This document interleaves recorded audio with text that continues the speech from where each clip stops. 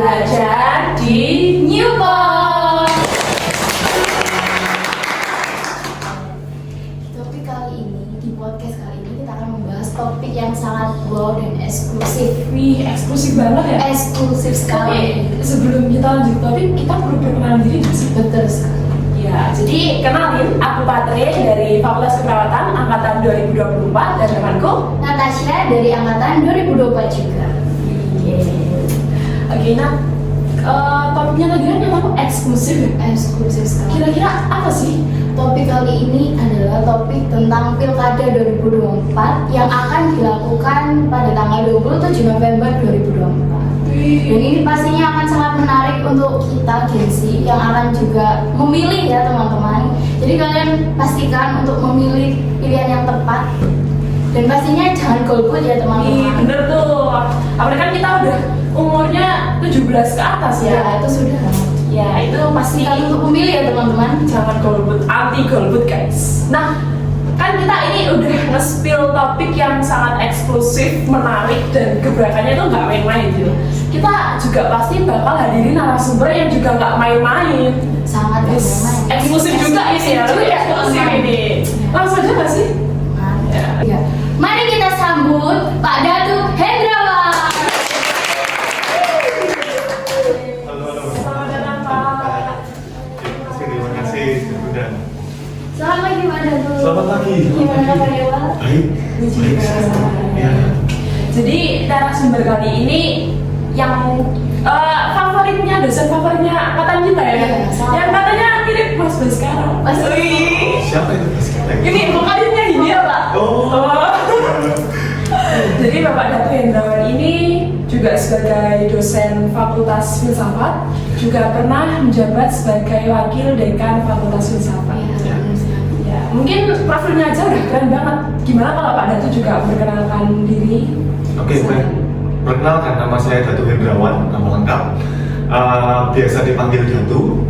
Saya sehari-hari ngajar di Fakultas Filsafat dan di mata kuliah umum ya, kan untuk teman-teman keperawatan juga. Mata kuliah yang saya ajar itu salah satunya adalah Pancasila. Lalu kemudian pernah mengajar filsafat sosial dan terkait dengan kebijakan publik. Nah, selain bekerja sebagai dosen, saya juga masih menjadi wakil dekan di Fakultas Filsafat sampai saat ini. Lalu sembari itu juga ketua Satgas PPKS di UKBMS. Ya, saya rasa itu ya, perkenalannya cukup jauh. Keren sekali ya teman-teman. Sangat keren sekali ya. Mungkin dari Pak Datu sendiri ada nggak sih organisasi-organisasi di luar yang Bapak ikuti gitu kan, sebagai anak muda yang Pak Datu ini jiwa-jiwa mudanya sangat wow banget gitu kan. Ya. Sebenarnya secara khusus enggak ya, tapi kalau di UKBMS sendiri ya saya bergabungnya di PPKS, Satgas PPKS ya, penanganan pencegahan dan penanganan kekerasan seksual di universitas gitu ya. Ya. Keren banget ya. Kalau diskusi-diskusi di luar itu sering terlibat juga, tapi volumenya beda-beda gitu. Jadi nggak ada yang konsisten untuk mengikuti satu organisasi khusus gitu masih belum. Oke, langsung ke topik aja nggak sih Pak? Oke, silakan. Ya. Untuk pertanyaan pertama tentang pilkada ini, bagaimana tanggapan Pak Datu mengenai pesta pilkada serentak 2024 ini? Oke, baik. Tentu pilkada itu merupakan salah satu momen penting gitu ya untuk berdemokrasi. Kita bisa mengatakan pilkada itu pesta demokrasi gitu kan. Dan tentu saja saya menyarankan untuk teman-teman nanti harus berpartisipasi dan terlibat aktif dalam pilkada. Tetapi yang perlu dicatat dulu juga ya, bahwa pemilihan umum termasuk juga pilkada itu salah satu momen aja yang penting dalam demokrasi. Tapi ada beberapa hal lain yang penting untuk dicatat dalam pilkada ya.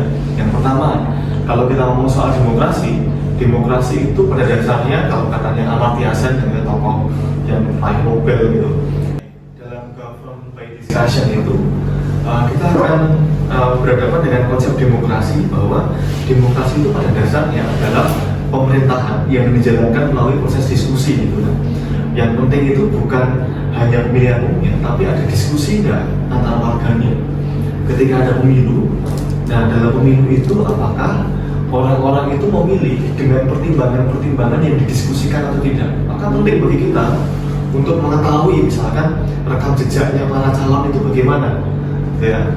Lalu selain itu kalau misalkan para calon ini nanti terpilih, daerah kita mau dibawa kemana, visi misinya apa gitu ya. Jangan sampai kita nggak tahu soal hal seperti ini gitu kan. Lalu kira-kira dia punya catatan-catatan yang mungkin meragukan atau enggak, ada jejak korupsinya misalkan, kita harus waspada kayak gitu. Maka ketika pemilihan dijalankan dengan diskursus tentang hidup bersama, tentang publik, nah itu akan membuat pilihan-pilihan yang kita lakukan itu juga pilihan yang semakin bisa dipertanggungjawabkan gitu. Nah, sebenarnya tidak cukup sampai di situ, karena harusnya kalau kita ngomong soal government by discussion itu tidak cukup prosesnya berhenti pada waktu pemilu. Kalau jagomu udah kepilih, atau kalau yang kepilih bukan jagomu, harusnya kita sebagai warga juga harus mengawal jalannya pemerintahan. Kalau ada yang nggak beres, kita perlu untuk melaporkan hal yang nggak beres itu gitu kan. Kalau ada jalan yang rusak, penting untuk kita ngomong bahwa ini loh jalannya rusak, perlu diperbaiki. Speak up. Ya, speak up gitu ya. Nah, ketika demokrasi dijalankan begitu, itu akan lebih baik. Kalau kita ngomong soal pilkada, katakanlah jagomu menang gitu kan. Bukan berarti kalau jagomu menang, kamu kemudian harus diem aja dan mengikuti semua yang menjadi kebijakan jagomu.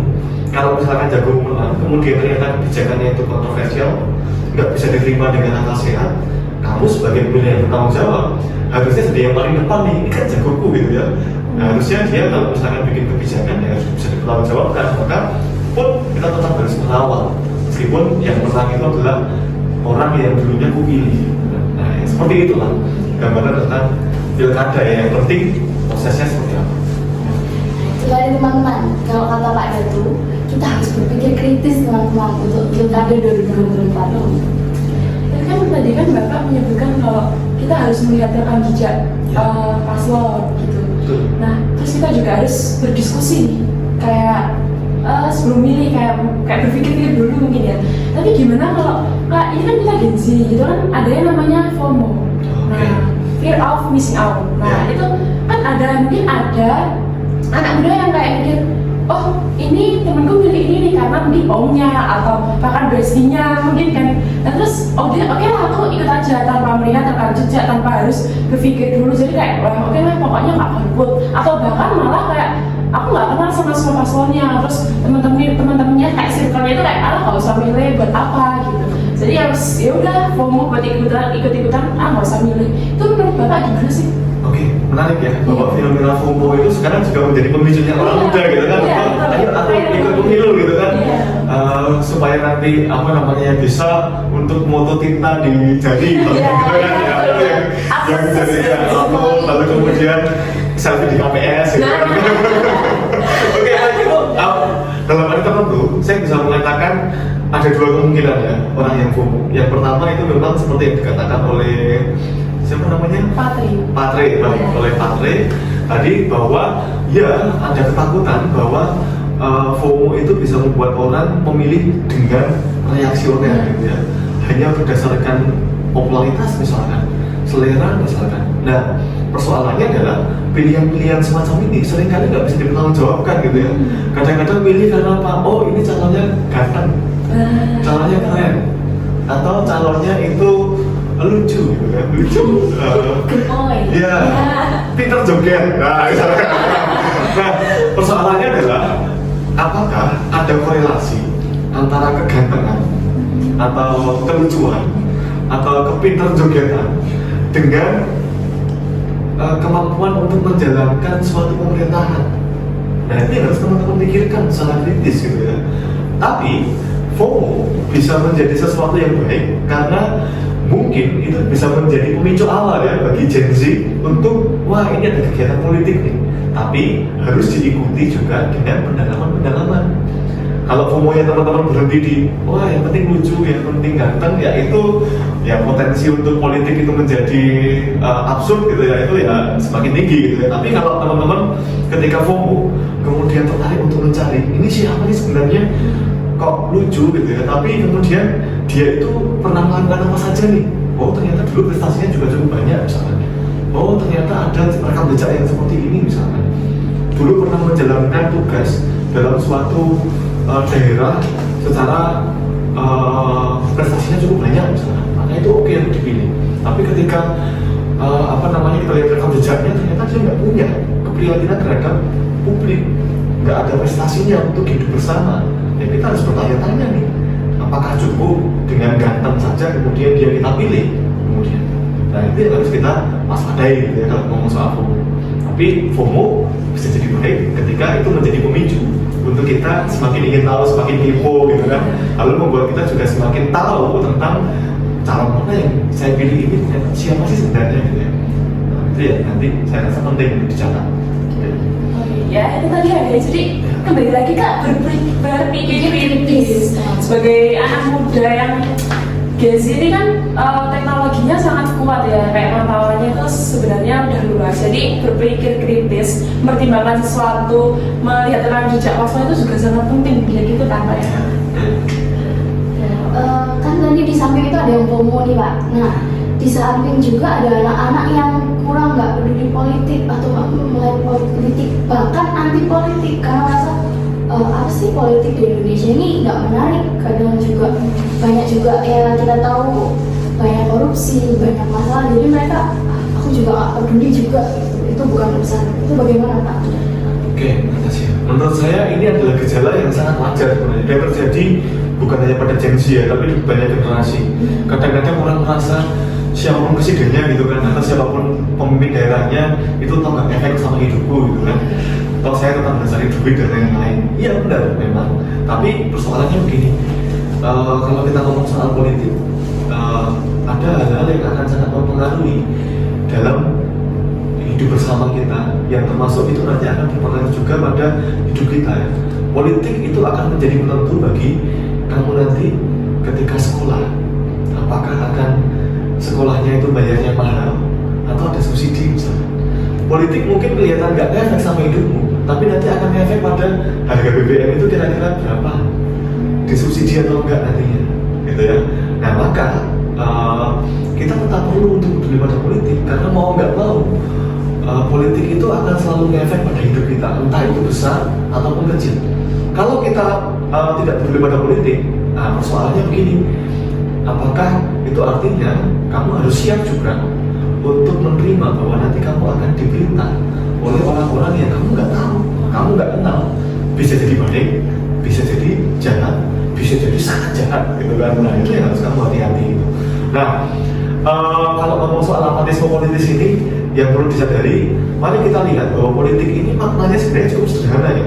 Politik itu memang ada gejala-gejala yang agak ngeri gitu ya, perebutan kekuasaan, kadang-kadang ada korupsi, kadang-kadang ada permainan-permainan yang tingkat tinggi yang membuat orang itu yang diperlakukan tidak adil gitu kan.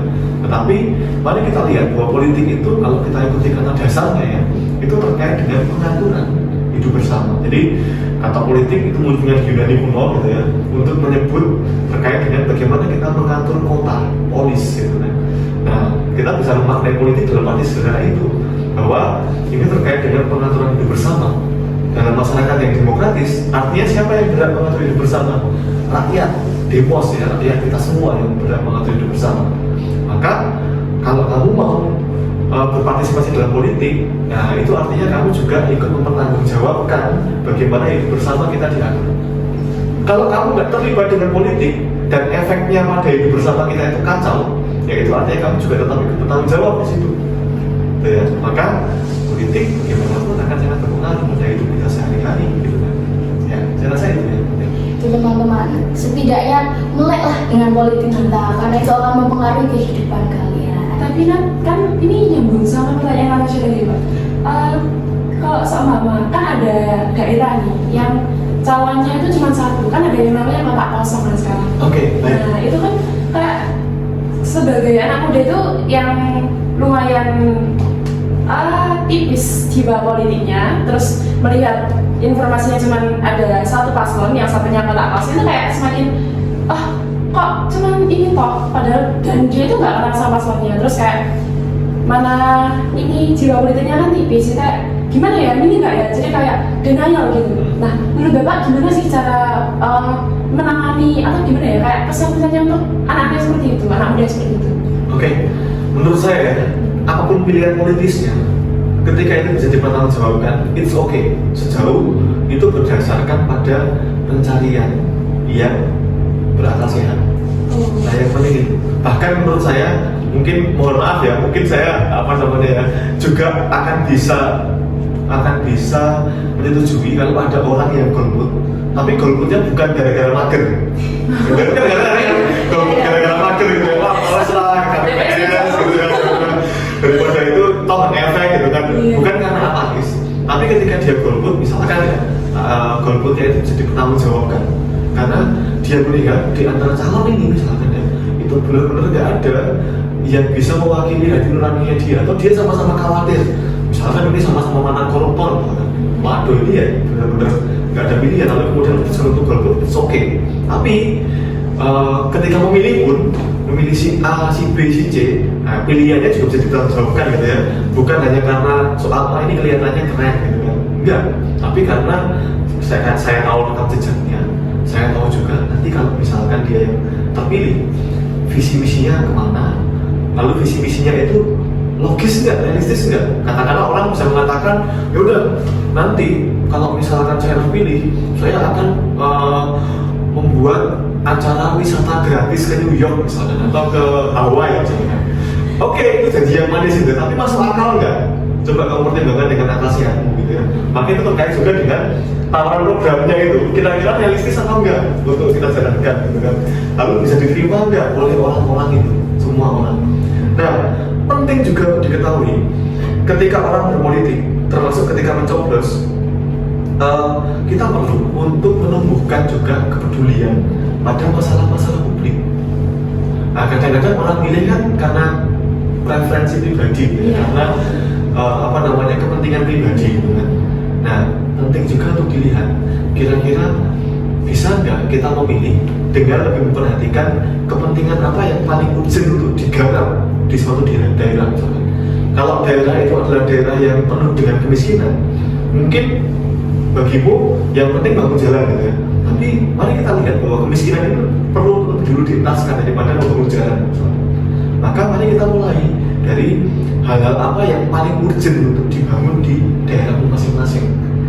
Maka kita lihat calon ini peduli nggak pada isu-isu yang urgent ini. Kalau dia peduli, dia mungkin punya rekam jejak bahwa dia terlibat bahkan dalam memperjuangkan isu tersebut. Saya rasa itu penting, itu jadi catatan positif gitu ya. Tapi kalau enggak, dia harus dipertanyakan orang ini punya visi apa. Jangan-jangan ketika dia maju, tujuannya adalah ya supaya nanti saya dapat kekuasaan misalnya, atau supaya saya nanti lebih mudah ketika memberangkatkan keluarga saya untuk naik haji misalnya, atau untuk ke Roma misalnya, ziarah ke Roma misalnya. Ya, tidak masalah kalau seperti itu. Dan kadang-kadang banyak ya nggak semua ya, ada oknum-oknum orang-orang yang menjagokan diri untuk menjadi parlemen atau menjadi kepala daerah, ya motivasinya kadang-kadang lebih kuat motivasi pribadinya daripada motivasi publiknya gitu ya. Maka baik untuk para calon maupun untuk pemilih, bisa nggak kamu menjadi para calon maupun pemilih yang tujuan utamanya bukan untuk kepentinganmu, tapi untuk apa yang terbaik bagi kita semua. Bukan untuk kepentingan orang-orang yang seagama denganku misalnya, atau sesuku denganku misalnya, tapi ini untuk kepentingan semua suku, untuk kepentingan semua agama yang ada di sini. Nah, itu yang penting untuk kita lihat. Maka di sini politik sadarannya bukan lagi kepentingan pribadi, tapi kepentingan publik, kepentingan bersama. Ya. Gimana nih teman-teman? Kalian sudah merasa pusing? Pusing? Kalau sudah pusing, berarti sudah berpolitik. Jadi yang belum mulai tentang politik, bangun guys, bangun. Kita harus mulai. Karena kita generasi emas teman-teman, kita harus mulai dengan politik yang ada di Indonesia. Apalagi kita sebagai penerus bangsa. Jadi kalau kita tidak mulai terhadap politik ini sangat tanda tanya besar. Mau dibawa kemana negara ini ya? Iya. Untuk Pilkada 2024 ini yang akan dilaksanakan dalam waktu dekat, pesan Bapak apa sih yang mau disampaikan kepada generasi sekarang atau dibilang Gen Z? Oke, baik. Satu pesan singkat ya. Boleh. Tetapkan pilihanmu berdasarkan akal sehatmu untuk kepentingan bersama. Wow. Paham guys. Nah itu dia guys ya. Pesan dari narasumber kita kali ini nggak main-main, itu harus benar-benar dicerna, harus benar-benar ditelan dan diolah gitu ya kan. Keren banget sih, ini aku udah mulai Topik kali ini sudah membuat kita cukup mulai. Ini sangat mulai.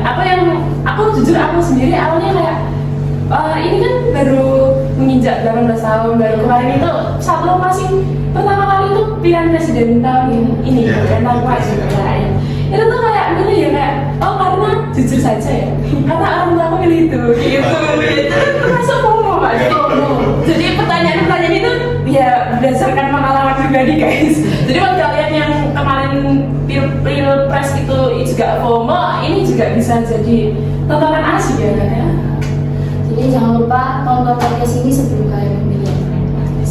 Dan ingat dan catat pesan dari Bapak Datu. Oke, karena ini sebenarnya sudah melek banget ya, udah bangun banget ini. Mungkin podcast sorry guys, podcastnya kita sampai di sini dulu guys. Terima kasih Pak Datu. Sama-sama, tapi saya juga berterima kasih ya Terima kasih untuk waktu dan pesan-kesannya itu sih. Memberikan pesan untuk generasi-generasi. Ya. Terima kasih. Baik, sama-sama. Saya juga berterima kasih. Ya, terima kasih ya. Terima kasih juga buat teman-teman yang udah nonton. Tunggu untuk video selanjutnya ya. Pasti nggak kalah menarik dengan tema-tema yang sebelumnya. Oke, bye-bye.